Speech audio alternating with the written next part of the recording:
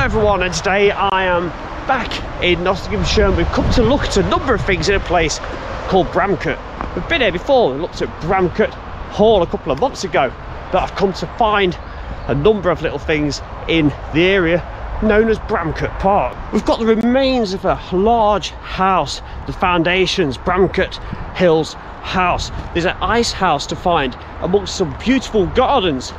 There's also, did you know that Bramcote has its own Trig Point, just like you find all over the Peak District? And also, cannot forget the legendary and well-known and mysterious Hemlock Stone. Look at that. Absolutely unreal, isn't it? So, Hemlock Stone. Before I show you that, we're going to head over to Bramcote Park, just over there, and I'll show you the foundations of Bramcote Hills House, and then we're going to look for the ice house too. So today I'm in Bramcote in Nottinghamshire, and we've got 4 historical things to look at. First of all, we've got the remains of the Bramcote Hills House. That was situated just here, and there are still some foundations for us to see where that was.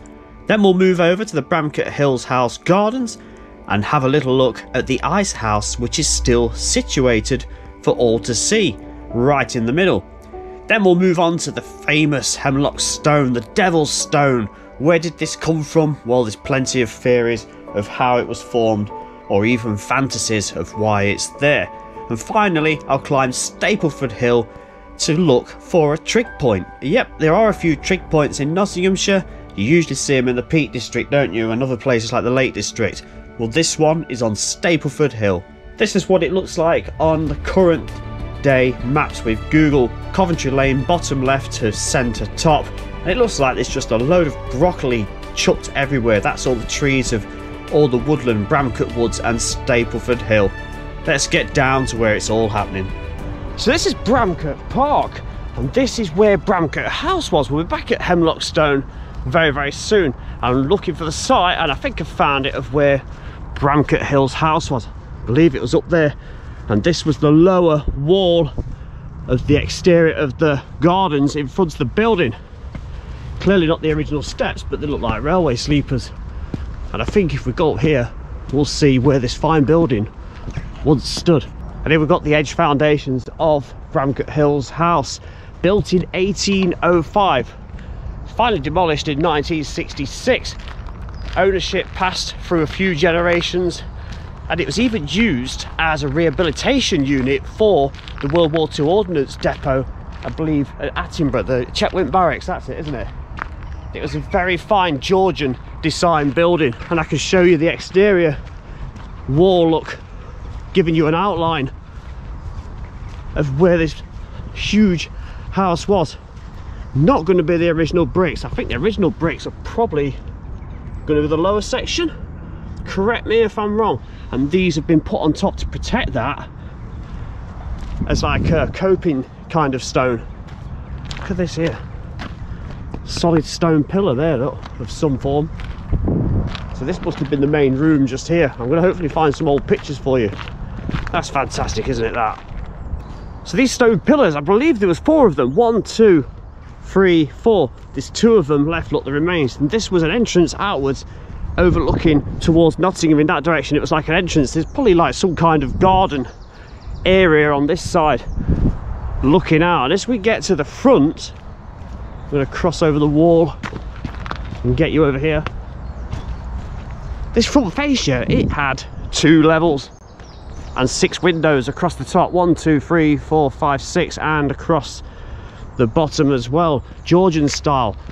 As we move across this side, this is where the conservatory, I believe it was a conservatory or a glass house, all the way along here. Quite a interesting shape or interpretation, isn't it, this one? It's not that solid rectangular shape that the rest of the outline of the building looks like.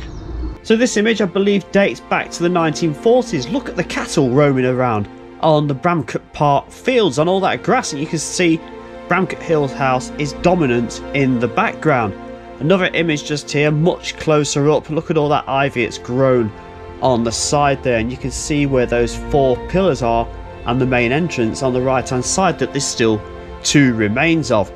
Britain from above gives us a much better angle. You can see the house centred with all the trees and woodland all around the back and to the left and the side, and the parkland in front.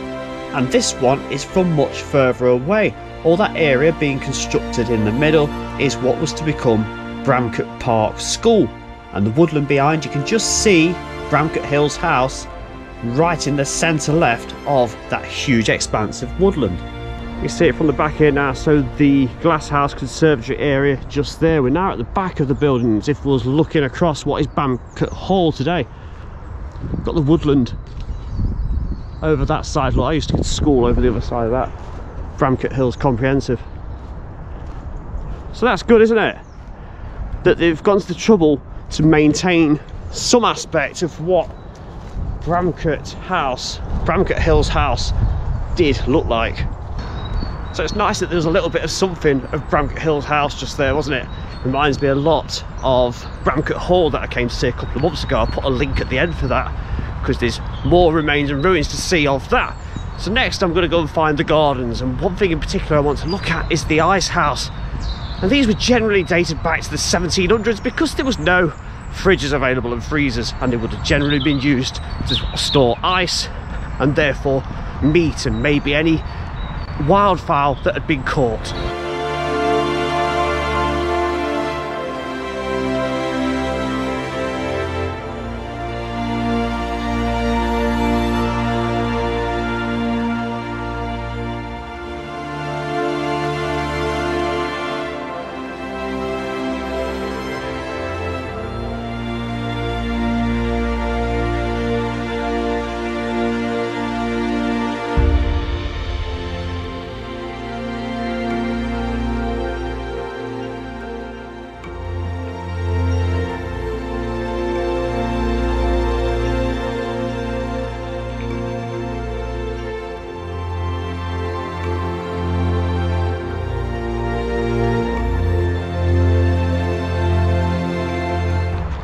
These beautiful gardens, they've altered slightly over the years. However, they were created around about 1850. Now the Hemlock Stone, that is just there, look, but that's not what we're looking at right now. What I've come to find right now is the ice house. I bought my lights, hopefully we can shine a little bit of that in there and see what it looks like inside. So that dome, that hump in the ground, look at the trees growing out the top of it. That's a dead giveaway, and we can see the brickwork and a wrought iron gate. Look, how about that? It's a little pattern there it's put in there. It's like a club off a game of cards. So nice curved bit of brickwork going in. Not going to be the original steps, but that's to be expected, isn't it? Something almost 200 years old.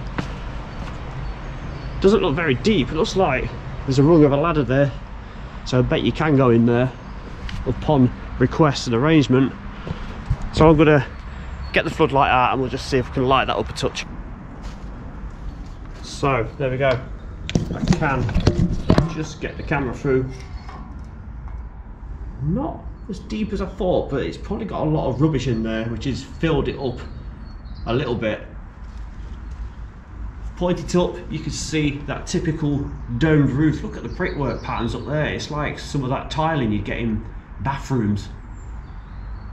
And there is indeed a ladder going down, look. See that?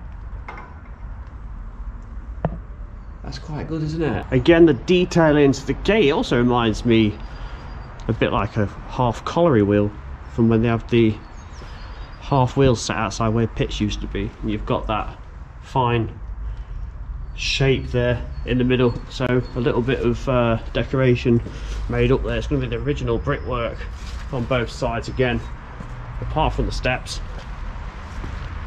But that's nice, isn't it? I just love it how the trees have just grown out of the top. Probably about 174 years worth of growth there.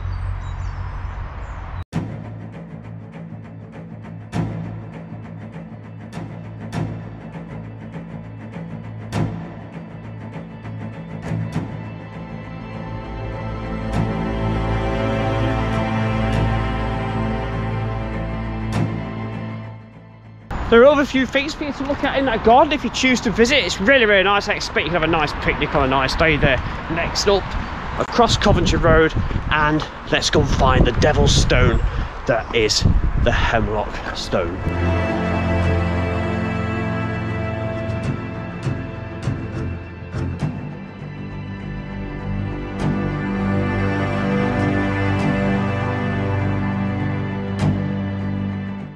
Now the Hemlock Stone, what a, well, ginormous thing that is.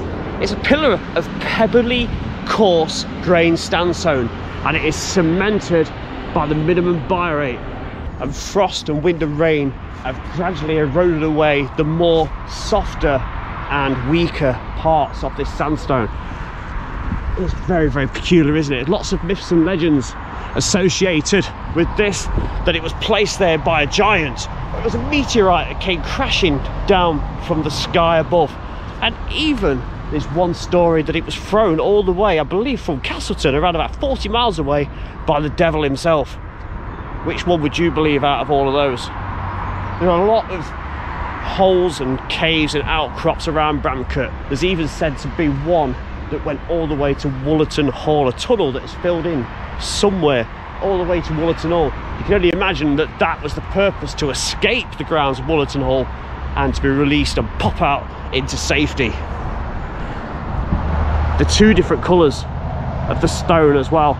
It almost looks wet on the back. You see how it seems to, I don't know if you can make out like a glistening effect where it shines. You see the wind has just whipped around it. Quite smooth and rounded at the bottom, but the top section looks like it's just been hacked away with tools. Now the sandstone itself resembles that it's quite often found around deposits, around the edge of rivers, the bedding of rivers. So potentially was this area once underwater? I believe it probably was, wasn't it? I'm not so much of an historian about that sort of stuff or what was underwater during ice ages, but I do believe that it is water that has also caused these streaks and lines, as well as the wind eroding it away. Really easy to get up, a couple of paths. Coventry Road is just down there, and there's the gardens, look, and the ice house is just there, and Bramcote House is just the other side of the trees and the woodlands. Rather nice to look at as well. It changes again around this side, look. You've lost those streaks that were going all the way through, like we saw on the other side. It looked a little bit wet, but I've got to say this is probably because this is where the wind has hit it over the years, with it being more open and available to the elements and the weather. Something growing out of it just there, look. That's a fine sight, isn't it? When I was a child, my parents brought me here, and oh god, it seemed to look a lot bigger than it does today. But it's just like wagon wheels, isn't it? You put a wagon wheel in your hand, it looks a lot smaller than it was when you were a child. Wagon wheel is a chocolatey biscuit for those that don't know what they are, or if you're abroad and never had them. But this looked like I was that big when I stood next to it as a child. Fascinating, isn't it? You can half imagine it was associated with rituals and witchcraft as well, can't you? Coming up here and doing whatever it is they used to do, or probably still do. So I'm going to finish this off, leave this behind. I'm going to go and find a trig point that you may not have known about. We're not in the Peak District, but there are a few trig points in Nottinghamshire, and none other, there is one at the top of this hill.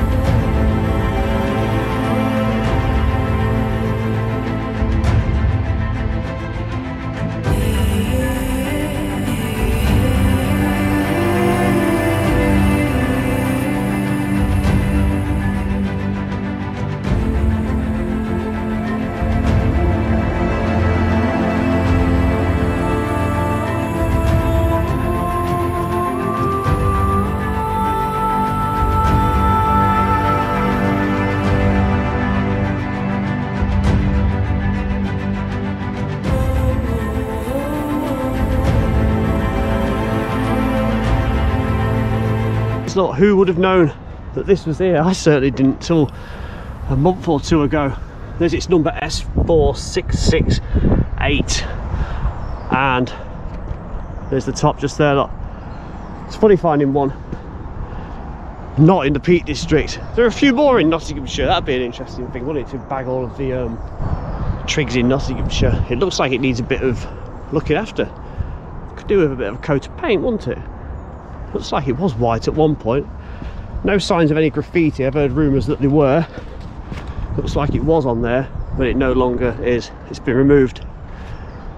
The views before all these trees probably grew up as big as they did, looking over towards Alresworth, Trowell, Stanton and Sandacre and Long Eaton over there, and Stapleford's over there too.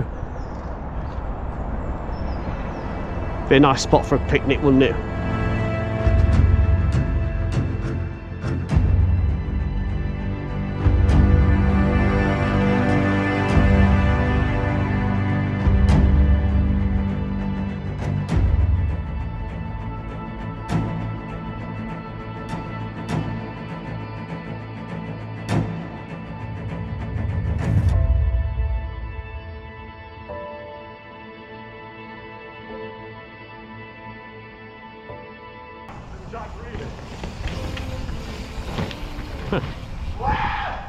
Tell you what, I don't think I could have the guts to do what they're doing on their mountain bikes. There's quite a lot of it around here, but they're enjoying themselves, aren't they? And I think there's quite a bit of skill involved in that, so all credit to them for that. So thank you very much for joining me on this journey of rediscovery around Bramcote Park, Stapleford Hill, Hemlock Stone, the Trig Point to nowhere, the Ice House and the old Bramcote Hills House. If you like this sort of stuff, please comment below, subscribe, follow me on social medias. All those links are at the very end and in the video description. Any suggestions, bang them down below. I'll see you in the next one. Bye bye. If you like this video, then please subscribe with the link coming up on screen below. There's a heck of a lot more stuff on this channel that you may well enjoy. And all the social medias popping up now below: Twitter, which is now X, Instagram, TikTok and also Facebook. Thank you very much, and I look forward to seeing you on there.